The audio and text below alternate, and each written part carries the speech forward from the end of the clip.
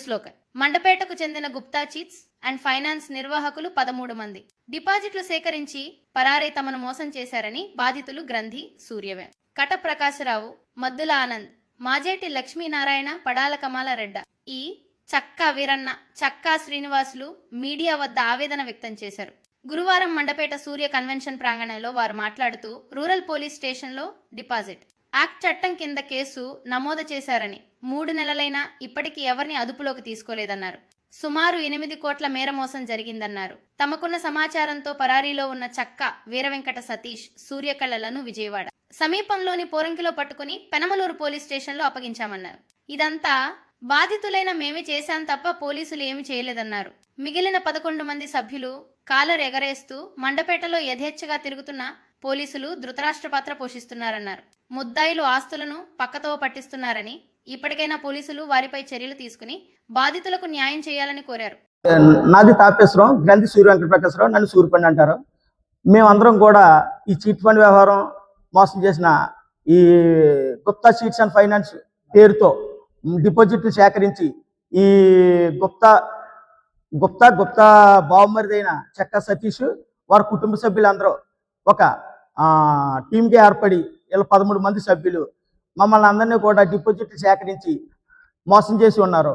వారు పరారైన తర్వాత మేము పోలీసుల వారిని ఆశ్రయించి తర్వాత డీజీపీ గారి దగ్గరికి వెళ్ళి మేము డీజీపీ గారితో మొరపెట్టుకోగా వారేమో డిపాజిట్ యాక్ట్ చట్టం కట్టమని చెప్పేసి మన కోనసీమ జిల్లా ఎస్పీ గారికి ఇప్పించినారు.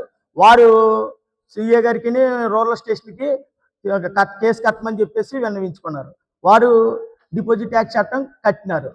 కట్టి ఇవాళ వరకు కూడా ఏ విధమైన చర్యలు వీళ్ళ మీద తీసుకోలేదు. పరారులో ఉన్న చెక్క వీరవెంకట సతీష్, సూర్యకళ వారిని మేము మొన్న విజయవాడ దగ్గర పోరంకిలో మేము పట్టుకుని పెనమలూరు పోలీస్ స్టేషన్కి అప్పచెప్పి అక్కడి నుంచి మేము తాపేశ్వరం పోలీస్ స్టేషన్కి మా పోలీసుల వారికి అప్పగించడం జరిగింది. ఈ వ్యవహారం కూడా బాధ్యతలైన మేము చేసాం తప్ప ఇక్కడ వ్యవహారం కూడా ఏమీ నడవట్లేదు. మిగిలిన 11 మంది సభ్యులు కూడా ఇక్కడ యథాచిగా తిరుగుతున్నారు. మమ్మల్ని మీరు ఏమీ చేయలేరు అన్న రూపంలో తిరుగుతున్నారు. ఈ వేళ వరకు కూడా వాళ్ళ మీద ఏ విధమైన కేసు కట్టలేదు. హైకోర్టు 3 నెలలు టైం ఇచ్చినా ఇప్పటికి 3 నెలల 20 రోజులు టైం అయినా ఏ విధమైన కేసు వీళ్ళు తీసుకోలేదు. ఇప్పుడు కూడా పట్టుకుని వీళ్ళిద్దరినీ రిమాండ్ చేసి వాళ్ళని తీసుకొచ్చినప్పుడు వీళ్ళని కూడా తీసుకొచ్చి విచారణ జరపలేదు. కాబట్టి వీళ్ళ మీద త్వరగా విచారణ జరిపి ఈ బాధ్యులైన అందరికీ కూడా న్యాయం చేయాలని చెప్పేసి వీళ్ళ గతంలో ఇంచుమించు 7-8 కోట్ల రూపాయలు ఎగవేసి ఉన్నారు. ఈ గుప్తా పెద్ద కొడుకైన అమెరికా వెళ్ళిపోయి ఈ డబ్బులు గతంలో ఆ అబ్బాయి అక్కడికి మార్పించినట్టు ఇప్పుడు ఇక్కడ ఉన్న బినామీ వాళ్ళు కూడా కొన్ని ఆస్తులు అమ్మి సొమ్ము చేసుకుని ఏర్పాట్లు కూడా చేసుకుంటున్నారు. కాబట్టి వీళ్ళ మీద చర్య తీసుకుని మా బాధ్యులందరికీ కూడా న్యాయం చేయాలని చెప్పేసి మేము కోరుకుంటున్నాం. నా పేరు మద్దుల ఆనంద్, మండపేట. నేను ఈ సమస్య ఏర్పడిన ప్రధాన కారణం ఏంటంటే మేము గత సెప్టెంబర్ నెలలో మన ఇక్కడ మండపేటలో చెందిన మన గుప్తా చీట్స్ అండ్ ఫైనాన్స్ వారికి వాళ్ళకి డబ్బులు ఇవ్వడం జరిగిందండి. డిపాజిట్ రూపంలో మా దగ్గర తీసుకునేలేరు. ఆ డబ్బులో కొంత భాగం మా చెల్లెలి యొక్క కూతురు పెళ్లి కట్టిన నిమిత్తం దాచుకున్న డబ్బులు ఉన్నాయి. అందులో మా అక్కయ్య గారి డబ్బులు, ఆవిడ రూపాయి దాచుకున్న డబ్బులు ఉన్నాయి. అందులో నా డబ్బులు ఉన్నాయి. ఈ అన్ని డబ్బులు కలిపి ఆయన మాకు అధిక వడ్డీ ఇస్తారని చెప్పి నమ్మబలికి మా దగ్గర నుంచి డిపాజిట్ రూపంలో పట్టుకుని వెళ్ళారండి. అది తర్వాత డిపాజిట్ అయిన తర్వాత కూడా చాలాసార్లు అడగడం జరిగింది, ఇవ్వలేదు. చాలాసార్లు కూడా అడగడం జరిగింది కానీ ఇవ్వలేదు.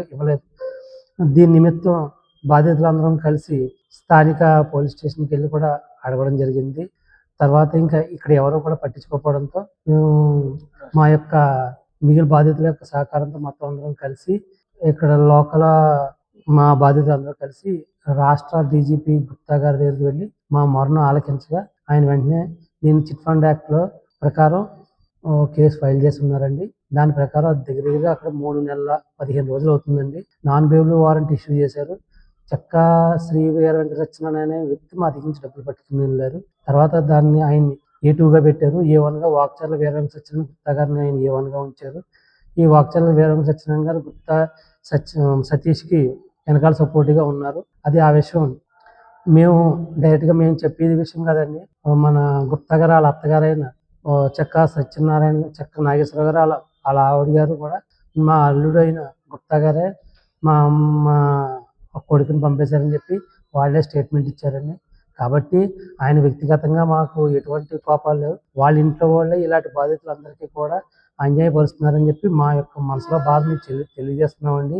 కాబట్టి మన పోలీసు వారేటి, మిగిలిన పై అధికారులు కూడా మా యొక్క బాధితుల యొక్క బాధను అర్థం చేసుకుని మా డబ్బులు త్వరగా ఇప్పించి ఏర్పాటు చేస్తారని, దీని వెనకాల ఎటువంటి ఒత్తిడికి లొంగకుండా మా డబ్బులు మాకు ఇప్పిస్తారని, దానికి తగ్గట్టుగా చర్యలు తీసుకోమంటారని కోరుకుంటున్నాం. తర్వాత అండి,